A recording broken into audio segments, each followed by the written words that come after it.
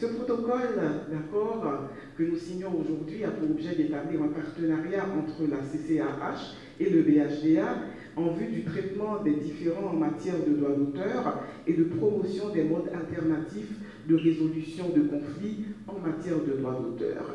Il constitue un renforcement institutionnel majeur pour le Bureau haïtien du droit d'auteur, pour tout le secteur culturel et vient combler un vide immense. Les décisions prises par les arbitres, par la Chambre de conciliation et d'arbitrage seront opposables aux parties.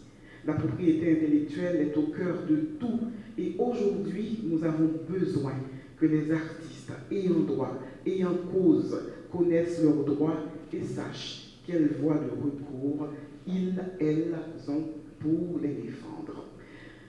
Et je terminerai en témoignant la reconnaissance de l'État haïtien en général, du Bureau haïtien du droit d'auteur en particulier, et de la mienne à titre personnel envers le secrétaire général de la Chambre de commerce et d'arbitrage d'Haïti, M. Georges Henry, et du coordonnateur du comité ad hoc de la propriété intellectuelle, Maître Christian de l'Espinasse. Nous vous devons beaucoup et nous le savons. C'est effectivement un jour historique que je considère la journée du 25 janvier avec la signature de cet accord. On pensera prétentieux que de lier un tel événement à le relier à une dimension historique. Et pourtant, pour moi, ça constitue un coup de tonnerre à plus d'un titre.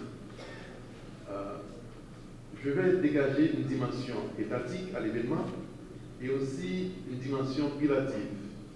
La dimension étatique réside dans le fait que nous sommes aujourd'hui dans une mouvance où l'État haïtien, de plus en plus, se met à promouvoir la reconnaissance des richesses culturelles de notre pays. J'en veux pour preuve, récemment, on a eu à parler de la consécration de la soupe Joumou. Ensuite, on a parlé de la protection du clairin. Et voilà qu'aujourd'hui, nous ramenons à la protection du droit d'auteur. Une dimension plutôt exceptionnelle, parce que si on se rappelle, ces richesses culturelles d'Haïti, ce sont les éléments qui rattachent par exemple la diaspora haïtienne à son pays d'origine. Et malheureusement, trop souvent, ces richesses culturelles ont été bradées par d'autres.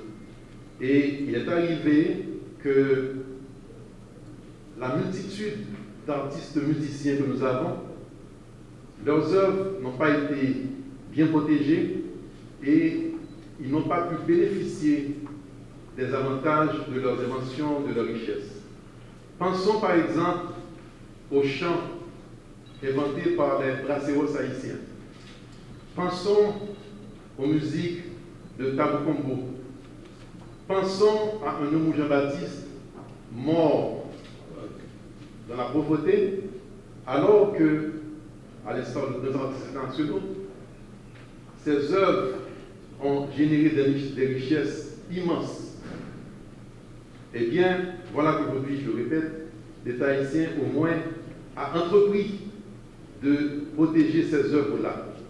Et pas simplement l'État haïtien, mais aussi les entreprises privées, les organismes privés. Et j'aime toujours à rappeler, et ça c'est la deuxième partie de mon point, que quand on pense par exemple à la protection des droits d'auteur et à d'autres droits, eh bien, et quand on pense aussi au développement économique d'un pays, des institutions comme les chambres d'arbitrage viennent au premier plan de l'action. Et avec elles, il y a aussi des institutions comme les assurances titres. Eh bien, ce sont des démarches extrêmement importantes qui vont permettre à notre pays de se retrouver un peu en première ligne de sa création de richesse. Quand vous allez par exemple aux Bahamas, à la République dominicaine, vous voyez en vente les œuvres d'artistes haïtiens.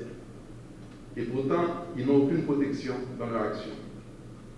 Et c'est à ce titre-là que, maintenant, troisième point, cette mise en commun de ressources que font la Chambre de conciliation et d'arbitrage et le bureau du droit d'auteur vient à point nommé pour pouvoir renforcer ces liens et leur donner un sens réellement valable et capable de propulser un peu l'économie.